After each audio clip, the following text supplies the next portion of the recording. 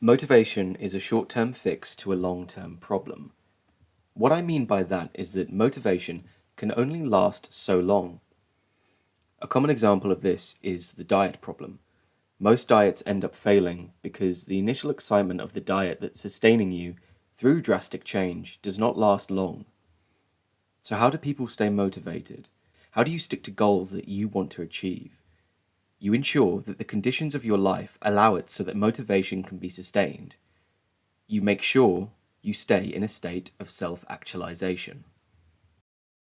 Self-actualization is quite a popular theory in psychology and media.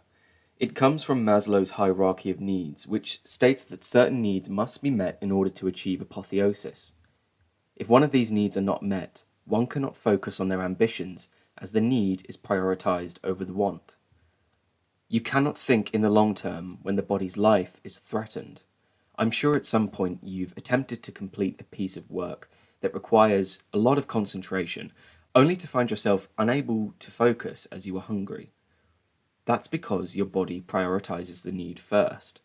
In order to sustain your ambitions, you need to have your needs met. I will take you through Maslow's hierarchy of needs, and at each increment, ask yourself, are you missing any of these needs? Physiological needs are the basic needs that your body must require in order to survive. Being able to breathe, food and water, shelter from the elements, and adequate clothing. Among this as well is reproduction. You may think, well, I'm not stricken with poverty, so of course I have these things. You may not be at risk of going hungry, but is your diet healthy? Are you making sure to eat good, whole foods, or is your diet mainly junk? Insulin resistance is a health crisis that is plaguing the West and responsible for the development of many chronic illnesses. Sleep is another important aspect. I personally cannot concentrate on creating videos if I haven't slept properly. You need 8 hours as a bare minimum with stable sleep and wake cycles. An underrated aspect of this is adequate sunlight. Sunlight is essential for your body to function. Please, for the love of God, go outside. A lot of these basic physiological needs are ironically being impaired by modern lifestyle, and one should never underestimate their basic needs. I often talk about how it is important to recognize that problems run deep, but that doesn't mean we should neglect the surface. Safety needs are defined as protection from harm via personal, emotional, and financial security. Abraham Maslow states that safety needs are often what children are the most concerned about, and this is due to how vulnerable they are. Unfortunately, many people, and even some of you watching this, live in households which do not offer any of this security. They may be seriously neglectful or ruled by a tyrannical father or a devouring mother. It's crucial that you set your space up so that you may have the freedom to pursue what you want without fear of persecution. It's also extremely important that you move out of your parents' house as early as possible and seek proper employment. Whilst it's important to escape the 9 to 5, you must first learn what it's like to rely on one. That suffering pushes your drive further and it will mature you. Once you have confidence that you can sustain yourself without outside help, then you can begin to look elsewhere. Of course, though, many have loving parents and families who can provide this security, but I believe that if you wish to become yourself, you cannot rely on the nurture of a parent. Until you are free of that, you will never grow up. Once you have the ability to provide yourself with that security, you can begin to look beyond that. You need to have friends. None of that introverted Sigma male type bullshit. Other people keep us sane. This is a well-documented fact in psychology. Look at Harlow's monkeys, or even Vsauce's social isolation experiment. Social deprivation absolutely cripples us. It's so important to have a circle of friends that are good for us. If you have a good family that supports you, keep them close. Visit them as much as possible if you live far away from them. It's often at this stage people start looking for a serious romantic partner, although people may strategically choose to delay this in hopes they may find someone better at a higher level of this hierarchy. When people lack this support structure, I believe they can fall victim to cults and radical ideologies in the hope of fulfilling this need. It's important to be wary of this, as you can easily fall victim to people looking to take advantage of you for their own gain. This is the time you start building beyond yourself. You begin to test out your ideas with the freedom that you have created for yourself. You may even pursue higher education or build a physique that you're proud of.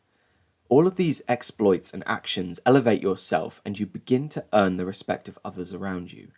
This is the birthplace of true ambition as you attempt to cultivate it into action.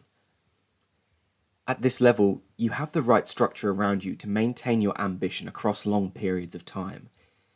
If any lesser needs pop up, you may find this ambition temporarily hindered. When this happens, you may need to tend to it first before that ambition returns. However, there are few of us that may be so driven by that they can forego their needs in the pursuit of an idea. Many examples of this are usually performed for spiritual and religious reasons. It is interesting to note how the need for divine surpasses all needs, no matter where one is in the hierarchy. Ironically, maybe we could place the idea of God at the bottom of that hierarchy.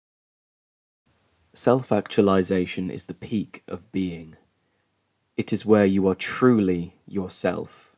It's a hard feeling to describe, and is a feeling I have only felt once, briefly. The way I can describe it is that it feels like everything has fallen into place, and you are where you want to be. The best way to describe what a self-actualized being looks like is by example.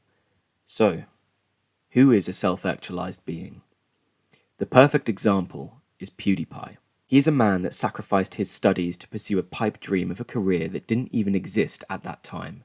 He trod new ground and cultivated fame and turned it into profit. He sharpened his mind with books and philosophy whilst he built a body to be proud of.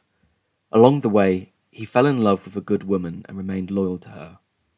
He got married and moved to the place of his dreams where he can start a new life. This is an example of a human who became everything they were meant to be. But what about me? I give a lot of advice on this channel, but by what right does a dropout have to give advice? Well, take a look at this specimen. Yep, that's me, aged 16, weighing over 200 pounds and constantly complaining about existence. I was a deeply nihilistic, undesirable fatty with an external locus of control to show for it. I was what you would call an incel. I was honestly about ready to end it. I could explain what I did to change this, but it's better if I first show you my results. The journey itself deserves its own video. So this is me now, aged 22. I pulled myself out of the goddamn gutter. Every day has been an incremental improvement, and I'm starting to become who I'm meant to be. I take one step closer to self-actualization every day, and I want to use my experience to help people and pull them up with me. There are things that I have learned along the way that would have skyrocketed me forward if I had someone to give me this advice sooner. So if you feel like my advice could help you in your journey, and you want to beat my transformation by a mile, book a call with me. Add me on Discord down below for a free consultation along with a link to this service. Let me help you become someone who is formidable. That's it for this video, and always remember, in a filth it will be found,